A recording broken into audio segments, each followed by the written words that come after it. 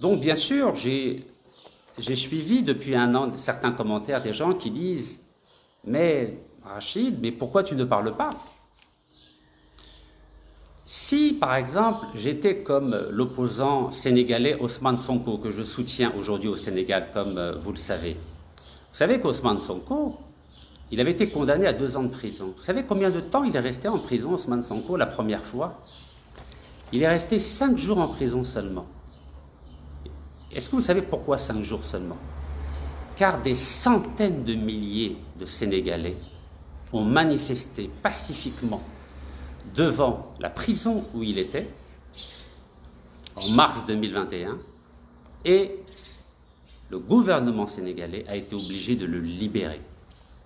Et comme vous le savez, j'ai fait 4 prisons en Algérie, je n'ai pas vu des centaines de milliers de personnes demander ma libération devant les prisons algériennes, et je n'ai pas vu non plus des centaines de milliers de personnes demander la libération de tous les détenus politiques qui ont été emprisonnés en Algérie. Donc à un moment donné, il y a ce qu'on appelle le principe de réalité. Lorsque le peuple algérien, dans sa immense majorité, a décidé de s'occuper de ses affaires quotidiennes, et il a raison, le peuple algérien a le droit de s'occuper de ses soucis de nourriture, de travail, de logement. Et le peuple algérien, dans son immense majorité, n'a pas le temps de manifester devant des prisons pour demander la libération de Rachid Nekaz ou des centaines d'autres détenus politiques. Et moi, je respecte ce choix-là. Je respecte le choix des 45 millions d'Algériens qui ont préféré s'occuper de leur famille et de leurs problèmes personnels plutôt que de s'occuper d'un homme politique algérien ou de militants des droits de l'homme. Donc cette dimension-là, je la respecte.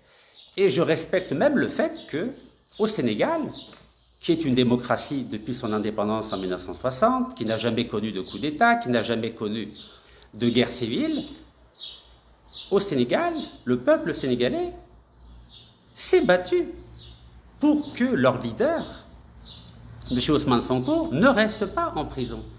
Et je leur dis, chapeau, chapeau, car le peuple sénégalais n'a pas été traumatisé par la décennie noire, il n'a pas eu peur d'aller manifester devant les prisons pour demander la libération de Rachid Nekaz ou des autres détenus politiques.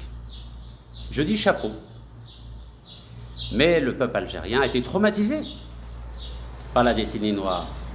Donc il a cultivé cette peur qui fait qu'aujourd'hui, lorsque des militants des droits de l'homme, des militants anticorruption, des hommes politiques sont emprisonnés, ils préfèrent fermer les yeux, tourner la tête et s'occuper de leur vie. Et ça, je le respecte.